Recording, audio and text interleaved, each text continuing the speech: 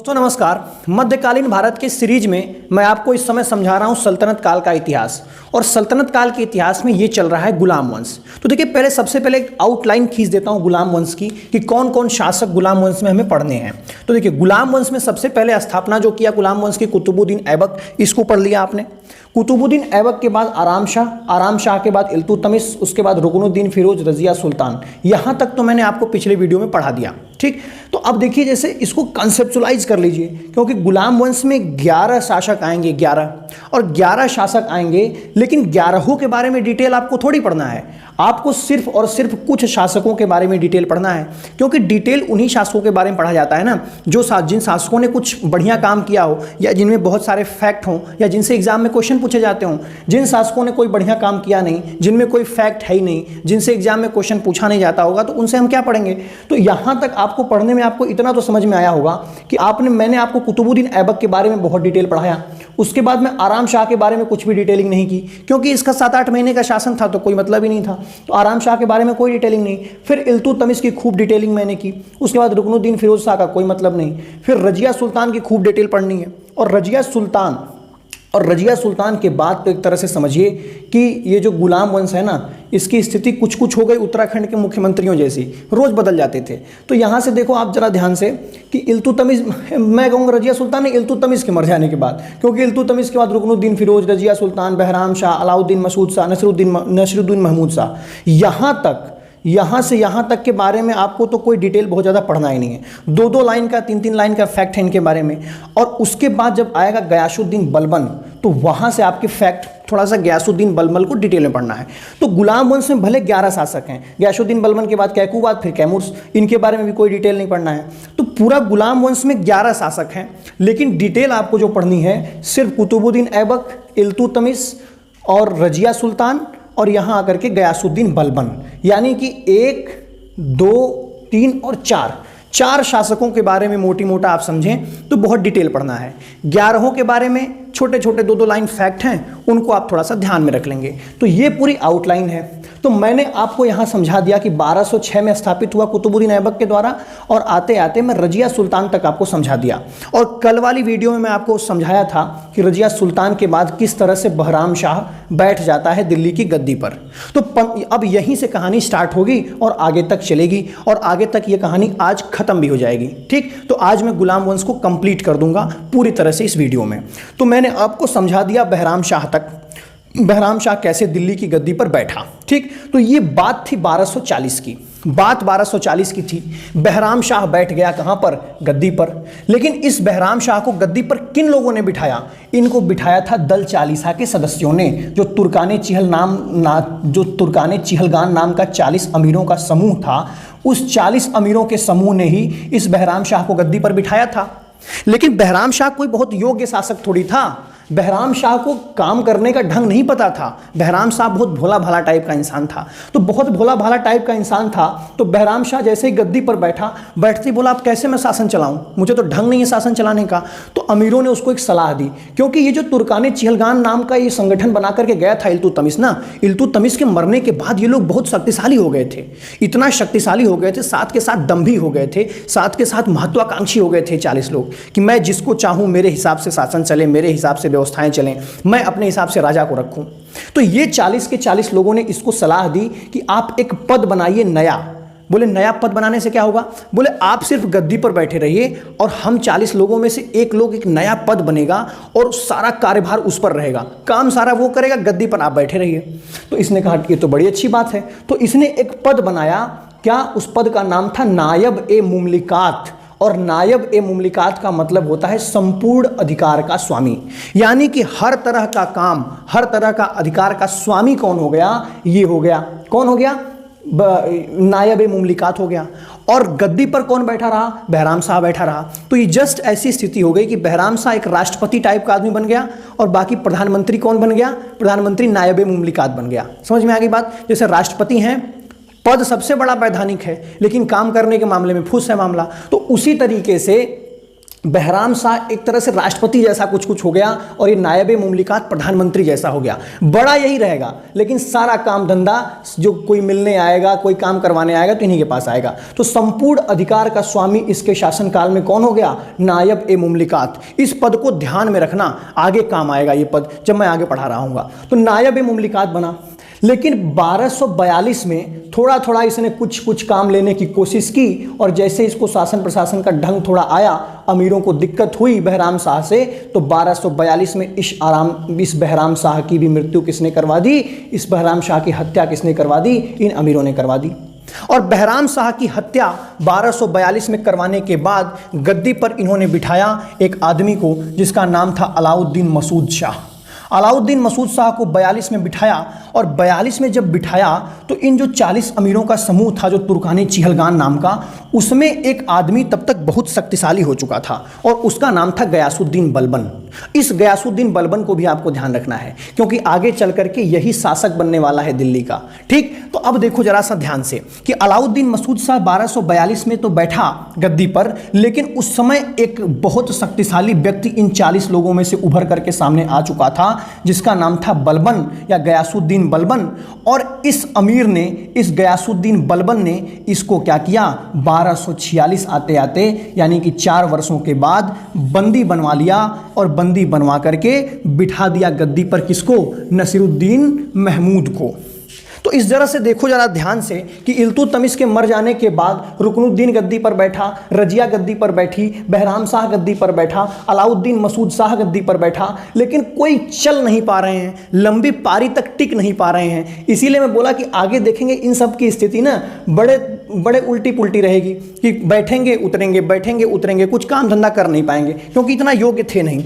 अब देखो जरा ध्यान से कि इसको जब बंदी बनवा लिया बलबन ने और बंदी बनवा करके बिठा दिया किसको? नसीरुद्दीन महमूद को। और नसीरुद्दीन महमूद को गद्दी पर बिठाया 1246 में। और 1246 में जब गद्दी पर बिठाया नसीरुद्दीन महमूद को, तो आपका ये प्रश्न आ रहा होगा कि जब बलबन इतना शक्तिशाली हो चुका था तो इसने इसको बंदी बनवा लिया कि शहंशाह को बंदी बनवा ले रहा है, सुल्तान को बंदी बनवा ले रहा है, तो खुद क्यों नहीं गद्दी पर बैठ गया? तो खुद गद्दी पर नहीं बैठ सकता क्योंकि खुद गद्दी पर बैठ जाता तो लोग उसको दम्भी कहते, जनता में विद्रोह होता कि ये जो हत्यारा है, ये बंदी है। खुद एक तरह से समझिए कि कुल मिलाकर के एक तरह से उसको डर था ना, डर ये था कि हो सकता है विद्रोह हो जाए क्योंकि अभी तो बहुत सारे दंश झेले हैं इस शासन ने और विद्रोह हो सकता है। इस वजह से खुद नहीं अभी गद्दी पर बैठ रहा है, अभी थोड़ा लपका रहा है कि छोड़ो तुमको बिठाते हैं। तो उसी तरह से नसीरुद्दीन महमूद शाह को इसने गद्दी पर बिठाया 1246 में। और गद्दी पर बिठाया तो ये जो नसीरुद्दीन महमूद शाह है ना, ये बड़ा सच्चरित्र टाइप का लड़का था, बहुत अच्छा चरित्र था इसका, धर्मपरायण था। और इतना धर्मपरायण था ये, इतना धार्मिक व्यक्ति था, पूरा बढ़िया से नमाज वमाज पढ़ता रहता था, कुछ इसको ज़्यादा टेंशन नहीं रहती थी, सब लोग मरे कटे, ये अपना नमाज वमाज पढ़ के टाइट रहता था, खाना पीना खा के सोता था आराम से, बहुत धर्मपरायण टाइप का आदमी था। तो जब इसको देखा बलबन ने कि ये बहुत धर्मपरायण है और इतना धर्मपरायण था, इतना भोला था कि राजा बनने के बाद भी वहाँ से कोई लाभ नहीं ले रहा था, वह अपना जीवन टोपी सीकर व्यतीत करता था। इतिहास का पहला ऐसा सुल्तान है जो अपना जीवन निर्वाह कैसे करता था? टोपी सी करके करता था। सबके पास पावर आती है तो तुरंत पैसे का दुरुपयोग करने लगता है, यहाँ वहाँ खर्च करना, बड़े बड़े हरम बनाना, लड़कियों को रखना, नाच गाना करवाना, सब करवाता था, लेकिन ये नहीं करवाता था। ये बहुत सच्चरित्र टाइप का आदमी था, धर्मपरायण था और टोपी सीकर जीवन निर्वाह करता था। क्वेश्चन पूछता है एग्जाम में कि कौन सा ऐसा सुल्तान था जो टोपी सीकर जीवन निर्वाह करता था, तो आप कहेंगे नसीरुद्दीन महमूद। और ये नसीरुद्दीन महमूद 1246 में गद्दी पर बैठा था और इसने क्या की? इस नसीरुद्दीन महमूद ने उस बलबन को, जिस बलबन ने इसको गद्दी पर बिठाया था, उस बलबन को इसने उलूग खां की उपाधि दी और उलूग खां की उपाधि दे करके इसको पद सौंप दिया किसका? नायब ए मुमलिकात का। तो नायब ए मुमलिकात का पद बनाया था जो बहराम शाह ने, संपूर्ण अधिकारों के स्वामी का, वो पद इस नसीरुद्दीन महमूद शाह ने किसको सौंप दिया? तो बलबन को सौंप दिया। और बलबन को क्या बोला? बलबन को उलूग खां की उपाधि दी और बलबन को उलूग खां की उपाधि दे करके नायब ए मुमलिकात बना दिया। यानी कि अब बलबन और शक्तिशाली हो गया, बलबन एक तरह से प्रधानमंत्री टाइप का पावर आ गया बलबन के अंदर। तो बलबन ने कहा कि अरे नसीरुद्दीन बेटा तो नहीं अभी बोल सकता, अभी सुल्तान बोला, सुल्तान से बोला कि अरे साहब आप हमारे बेटी से शादी कर लीजिए। बेटी से शादी कर लीजिए। और बेटी से शादी करने को ये नसीरुद्दीन महमूद तैयार हो गया तो बलबन ने इस नसीरुद्दीन महमूद को क्या बना लिया, अपना दामाद बना लिया। अब दिल्ली के सुल्तान को जब आप अपना दामाद बना लें और आप नायबे मुमलिकात रहें तो आपसे ज़्यादा पावरफुल कौन है, कोई नहीं। और वैसी स्थिति में जब ये इतना भोला है कि टोपी सी करके जीवन निर्वाह कर रहा है, तो ये 1246 से 1265 तक भले नसीरुद्दीन महमूद गद्दी पर बैठा रहा, लेकिन सारी की सारी पावर किसके पास, बलबन के पास। एक तो ससुर बन गया बलबन, और दूसरे क्या था, दूसरे नायबे मुमलिकात का पद था, संपूर्ण अधिकारों का स्वामी था। अब यहाँ पर जब ये हो गया तो 1265 का दिन था, और इतिहासकार कहते हैं कि बलबन ने इसे जहर देकर मार डाला। किसे, अपने दामाद को। बलबन को लगा कि यार नायबे मुमलिकात पद ठीक नहीं लग रहा है, अब मुझे भी सुल्तान बनना चाहिए, और सुल्तान बनने के लिए जो करंट सुल्तान था उसको मरना पड़ेगा, और मरना पड़ेगा। तो इस सत्ता की लालच में, सुल्तान बनने की चाहत ने बलबन ने अपने ही दामाद की हत्या करवा दी, जहर देकर के मार डाला। और 1265 में जहर देकर के मार डाला, और 1266 में गद्दी पर बैठ गया बलबन। 1266 में गद्दी पर बलबन बैठा और उतरा 1286 में मर करके, यानी कि 20 वर्षों का शासनकाल बलबन का। तो इस बलबन को पढ़ना इंपॉर्टेंट है, क्योंकि बलबन से बहुत सारे क्वेश्चन एग्जाम में पूछते हैं, और इससे बहुत कुछ क्या मिलेगा, आपको सीखने को भी मिलेगा। तो यहाँ तक इतिहास मैंने आपको समझा दिया। देखो 8वें नंबर तक के राजा को समझा दिया, यहाँ से लेकर यहाँ तक पिछले कुछ वीडियो में और आज की वीडियो में। अब यहाँ से शुरू होगा शासनकाल 9वें शासक का, जिसका नाम है गयासुद्दीन बलबन, जो 1266 से लेकर के 1286 तक शासन करेगा। तो अब देखो जरा बलबन को। अब हुआ क्या था कि यहाँ पर तो देखो इल्तुतमिश के मरने के बाद क्रम से कितने राजा बदले, 1 2 3 4 5 राजा क्रम से बदले। और 5 राजा के बदलने पर हुआ क्या कि इस जो सुल्तान पद की प्रतिष्ठा थी, जो दिल्ली के प्रशासन की प्रतिष्ठा थी, वो समाज में बहुत कम हो गई। जब रोज राजा ही बदल जाएगा, रोज आपस में ही मार देंगे, कोई हत्या करवा देगा, कोई बंदी बनवा लेगा, तो जनता क्या इज्जत करेगी। जब आपस में ही लोग मरते कटते रहेंगे, तो अरे वही तो हैं सब, रोज वो उसको मार के गद्दी बढ़ जाता है, वो उसको मार गद्दी बढ़ जाता है। तो जनता के अंदर, पूरे साम्राज्य के अंदर प्रशासन की इज्जत की मटिया मेट हो चुकी थी, कुछ नहीं बचा था प्रतिष्ठा।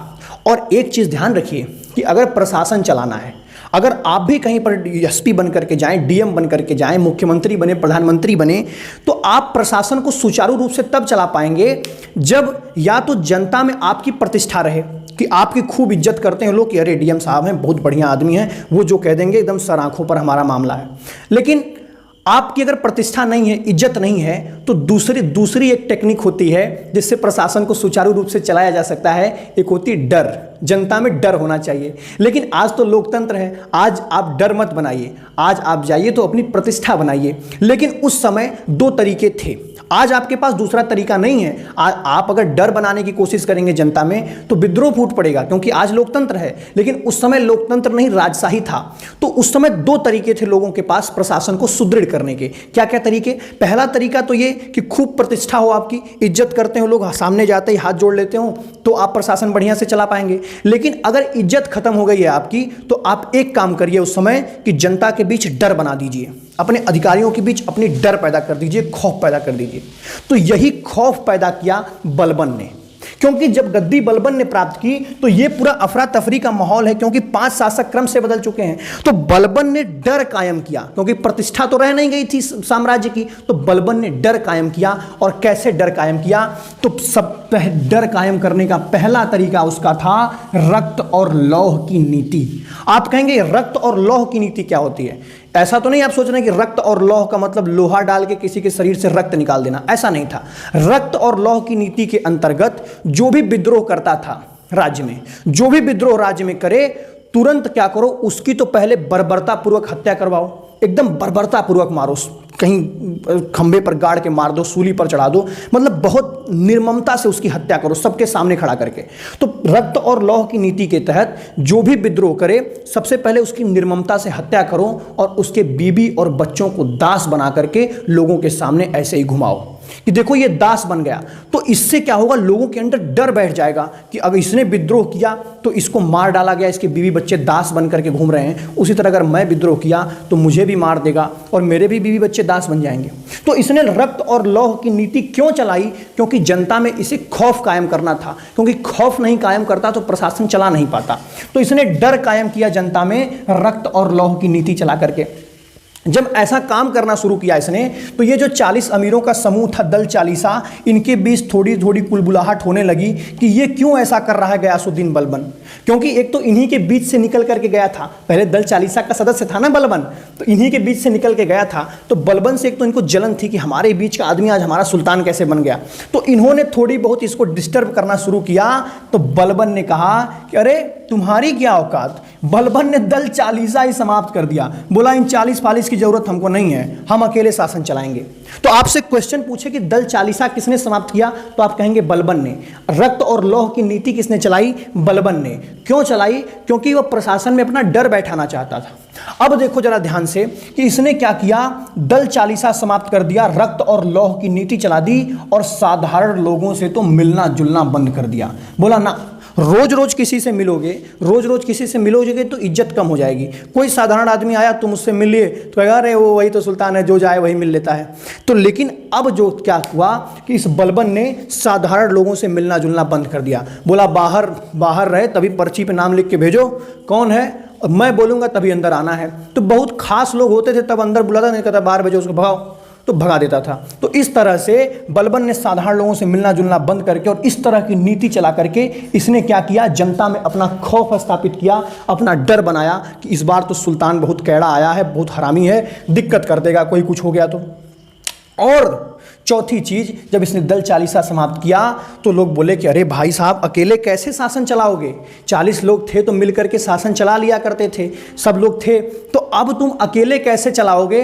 तो बोला पागल हो क्या, मैं कोई सामान्य आदमी थोड़ी हूं। बलबन बोला मैं कोई सामान्य आदमी थोड़ी हूं, मैं तो पूरे एकदम शाही वंशज से आया हूं, मैं तो ईश्वर की छाया हूं, अवतरित हुआ हूं जमीन पर, और मुझे चलाने के लिए किसी की जरूरत नहीं है। तो इसी को कहते हैं राजत्व का सिद्धांत। बलबन ने दिया राजत्व का सिद्धांत। आप कहेंगे कैसे राजत्व का सिद्धांत? तो राजत्व के सिद्धांत को समझाने के लिए मैं 2-3 पॉइंट आपको समझा रहा हूं। पहली चीज इसने क्या की, पहली चीज इसने कहा कि मैं तो जिल्ले इलाही हूं, यानी कि इसने सिद्ध करना चाहा कि प्रशासक जो है ना, मैं जो राजा हूं, मेरी शक्ति अमीरों से नहीं है, मेरी शक्ति किसी और से नहीं है, मेरी शक्ति स्वयं मुझसे है और मैं ईश्वर की छाया हूं। इसीलिए अपने आप को कहता था जिल्ले इलाही, मैं जिल्ले इलाही हूं, मैं ईश्वर की छाया हूं। तो बलबन अपने आप को क्या बोल रहा है कि मैं ईश्वर की छाया हूं, मुझे किसी की जरूरत नहीं है, मैं खुद प्रशासन चला सकता हूं। दूसरा इसने क्या कहा कि मैं ऐसा क्यों कह रहा हूं, क्योंकि मैं शाही वंशज से हूं, मैं कुलीन वंशज से हूं। आपको याद होगा मैं पढ़ाया था, महमूद गजनवी के दरबार में एक इतिहासकार रहता था जिसका नाम था फिरदौसी ने एक किताब लिखी थी जिसका नाम था शाहनामा, और शाहनामा में एक शाही वंश का जिक्र था जिसको कहते थे अशराफ याब वंश। तो बलबन कहा कि मैं वो जो फिरदौसी ने शाहनामा लिखा है ना, उसी अशराफयाब वंश का हूं मैं। और जब बोला कि उसी अशराफयाब वंश का हूं, और आगे कहता है कि मैं यानी कि बहुत बड़ा घर का हूं, बहुत कुलीन वंशज हूं। तो जब कहता है कि मैं बहुत कुलीन वंश का हूं, उसके बाद कहता है कि जब भी मैं निम्न कुल के आदमी को देखता हूं ना, मेरा हाथ अपने आप अपने तलवार पे चला जाता है कि निकालो और इसकी गर्दन काट दो। यानी बोला कि मैं राज करने के लिए पैदा हुआ हूं, शाही वंश का हूं, और मुझे अधिकार है कि मैं किसी को भी मार काट सकता हूं, क्योंकि शाही वंश का हूं, और शाही वंश का हूं तो निम्न कुल के व्यक्ति को जब भी देखता हूं मेरा हाथ अपने आप तलवार पे जाता है और निकाल करके मन करता है कि मार दें। और ये कोई मैं अपने से नहीं करता हूं, ये ईश्वर की प्रेरणा अपने आप आती है मेरे अंदर। देखो कैसे बहका रहा है लोगों को। तो देखो राजत्व का सिद्धांत इसने दिया और कहा ईश्वर की छाया हूं, अशराफयाब वंश का हूं, और निम्न कुल के व्यक्ति को देखते ही तलवार निकाल करके मारने को दौड़ पड़ता हूं। ये आप नोट कर लेना एक बात। और इसने क्या किया, इसने ईरानी आदर्श स्थापित किए और क्या करवाया, 2 काम करवाना शुरू कर दिया जिसका नाम था सिजदा और पैबोस। देखो अभी प्रशासन में अपने डर बैठवाने के लिए क्या क्या कर रहा है, इसने करवाना शुरू कर दिया सिजदा और पैबोस। सिजदा का मतलब क्या होता है, किसी के सामने दंडवत लेट जाना। जैसे यहां पर सुल्तान खड़ा है, मान लो, कहां समझाऊं, यहां दिख रहा है, हाँ दिख रहा है, ये देखो यहां पे सुल्तान ऐसे खड़ा है, ठीक। अब सुल्तान कह रहा है कि मेरे सामने जो भी आएगा मेरे सामने सिजदा करेगा पहले, और सिजदा करने के बाद पैबोस करेगा। तो बोला कैसे सिजदा करेगा? सिजदा का मतलब आप उसके सामने जाइए तो दंडवत लेट जाइए ऐसे, तो दंडवत आप लेट गए, और लेटने के बाद तो ये हो गया सिजदा। आप दंडवत अगर ऐसे हाथ करके लेट गए एकदम खड़ा तो इसको कहेंगे सिजदा कर लिया आपने। और सिजदा करने के बाद कहेगा पैबोस करो, तो आप अपनी पैबोस करने में आप अपनी गर्दन थोड़ी सी झुकाएंगे और झुका करके इस जमीन को इसके सामने के फर्श को अपने होठों से चूम लेंगे, इसको कहते हैं पैबोस। तो सिजदा का मतलब दंडवत लेट जाना और पैबोस का मतलब सामने के फर्श को चूम लेना। तो इसने इस तरह से करके प्रशासन में अपनी प्रतिष्ठा, और प्रतिष्ठा न करके कहिए कि डर बैठवाया कि देखो सिजदा करो, पैबोस करो, मैं शाही वंश का हूँ, ईश्वर की छाया हूँ, किसी से मिलूंगा जुलूंगा नहीं, 40 लोगों की ज़रूरत नहीं है, मैं खुद अपने आप में काफ़ी हूँ, और रक्त और लौह की नीति है। और इसने एक काम शुरू किया, नवरोज महोत्सव मनाना शुरू किया। तो एक फैक्ट ये बनता है कि नवरोज महोत्सव किसने चालू करवाया? तो आप कहेंगे कि बलबन ने चालू करवाया। ठीक, तो इन फैक्ट्स को याद रखेंगे। सिजदा प्रथा किसने चालू की? बलबन ने। पैबोस बलबन ने। नवरोज महोत्सव बलबन ने। जिल्ले इलाही बलबन ने। अशराफियाब वंश का किसने बताया? बलबन ने। अब ये सब करने के बाद जब जनता में पूरी तरह से डर बैठ गया बलबन का, तो बलबन ने स्थापित किया एक मजबूत प्रशासन। और कैसे स्थापित किया देखो जरा। बलबन ने प्रशासन को मजबूती से स्थापित करने के लिए 3 विभाग बनाए, बहुत कैड़े कैड़े, बहुत जबरदस्त। कौन कौन से विभाग? एक था सैन्य विभाग, एक था गुप्तचर विभाग, और एक था न्याय विभाग। तीनों जबरदस्त विभाग बनाए। सैन्य विभाग का नाम इसने रखा दीवाने आरिज, और सैनिकों को नगद वेतन दे करके मस्त व्यवस्था सेट करके बढ़िया सेना खड़ी किया। और दीवाने आरिज नाम का विभाग है, जैसे आज इंडियन नेवी है, इंडियन एयरफोर्स है, इंडियन मिलिट्री है, उसी तरह का एक विभाग बनाया। क्या? उसी तरह का एक विभाग बनाया दीवाने आरिज। और सबसे पहले इसका जो आर्मी चीफ बनाया किसको? इमादुल मुल्क को। इमादुल मुल्क को इसने पूरा चीफ बनाया, ये फैक्ट्स याद रखेंगे। और दूसरा गुप्तचर विभाग इसने स्थापित किया, और गुप्तचर ढेर सारे इसने अपने प्रशासन की सुदृढ़ता का श्रेय ही दिया गुप्तचरों को। हर जगह गुप्तचर सेट कर दिए कि जो थोड़ा सा भी सुगबुगाहट करे आकर के सूचना दो, तुरंत बुलाया जाए, उसको बर्बरता से हत्या की जाए और जबरदस्त तरीके से मारा जाए। तो गुप्तचर सेट किया, और गुप्तचरों को भी नकद वेतन देना शुरू किया। और जो गुप्तचर भी इन सैनिकों में भी और इन गुप्तचरों में भी जिसने भी बदतमीजी की थोड़ा सा, उसको भी बहुत कठोर दंड मिलता था। कठोर दंड क्या? मृत्यु मिलती थी, कठोर मृत्यु मिलती थी। तो इस गुप्तचर विभाग का नाम इसने रखा था बरीदे मुमालिक। सैन्य विभाग का नाम रखा दीवाने आरिज, गुप्तचर विभाग का नाम रखा बरीदे मुमालिक, और एक न्याय विभाग इसने बनाया। और इस न्याय विभाग को काम दिया कि आप सिर्फ एक कठोर दंड तय करिए कि कैसे किसको मारा जाएगा, वो सब मैं करवा दूंगा। ठीक, तो इसने प्रशासन की सुदृढ़ता कैसे बनाई? सैन्य विभाग, गुप्तचर विभाग और न्याय विभाग बना करके, और मजबूत प्रशासन का श्रेय दिया गुप्तचर विभाग को। लेकिन इतना सब कुछ करने के बाद ये जो पाप इसने किया था, इतना अधिक लोगों को कठोर दंड दिया था, इस पाप की सजा इसको मिली। कैसे मिली? इसका बेटा था, नाम था शहजादा मोहम्मद, और इस शहजादा मोहम्मद को मार डाला मंगोलों ने।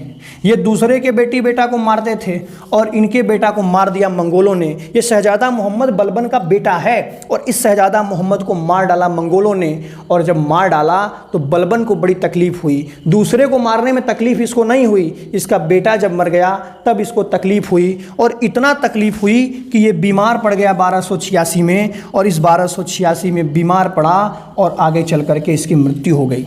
पाप का घड़ा भर गया बलबन की मृत्यु हो गई। और बलबन की मृत्यु होने के बाद गद्दी पर बैठा बलबन का एक पोता, जिसका नाम था कैकूबाद। शहजादा मोहम्मद का भी एक बेटा था, शहजादा मोहम्मद का एक बेटा था, उसका नाम मैं ज़रा भूल रहा हूँ, देख के बता रहा हूँ, एक मिनट। ये बलबन का एक बेटा था कैखुसरो, हाँ कैखुसरो, अरे यार भूल गया था। देखो ध्यान से देखो, इस शहजादा मोहम्मद का एक बेटा था जिसका नाम था कैखुसरो। ठीक, कैखुसरो। और बलबन का एक और बेटा था जिसका नाम था बुगरा खां। यानी कि शहजादा मोहम्मद और बुगरा खां नाम के दो बेटे थे बलबन के।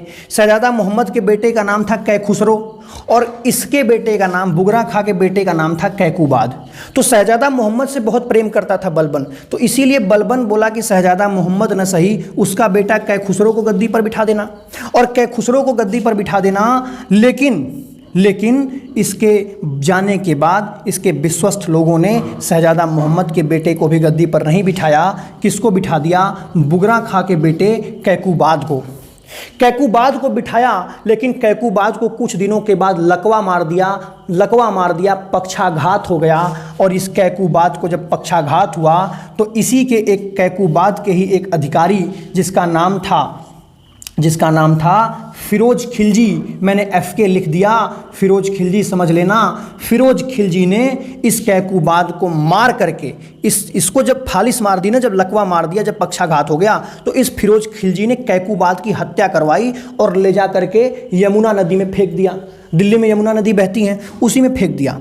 कैकुबाद को यमुना में फेंक दिया और उसके बाद कैकुबाद के बाद बैठा, इसका नाम था कैमुर्स या क्यूमर्स कुछ लोग कहते हैं। और यही क्यूमर्स अंतिम शासक था। 1286 के बाद की ये सब घटनाएं हैं। यही क्यूमर्स अंतिम शासक था और इस कैमुर्स की भी हत्या किसने कर दी? फिरोज खिलजी ने। तो डबल मर्डर करके फिरोज खिलजी ने, एक कैकुबाद की, एक कैमुर्स की। देख लो, इतना पाप करने के बाद आगे सिंहासन का क्या हुआ। इसलिए ज़्यादा पाप वाप मत करो यार। तुम बढ़ोगे, 20 साल रहोगे, 40 साल रहोगे, तुम्हारे बेटे भुगत लेंगे उस चीज़ को। तो कोई ना कोई पाप का काम होता है, तो कोई ना कोई भुगतना पड़ता है उसको। तो देखो, ये फिरोज खिलजी ने डबल मर्डर किया, एक तो कैकुबाद का किया, एक कैमुर्स का किया और दिल्ली में स्थापित कर दिया खिलजी वंश, गुलाम वंश का नामो निशान मिटा दिया। तो जिस गुलाम वंश के शासकों ने इतनी बदतमीजी की, उस गुलाम वंश को खत्म कर दिया किसने? फिरोज खिलजी ने। और दिल्ली पर स्थापित कर दिया खिलजी वंश। कब स्थापित कर दिया?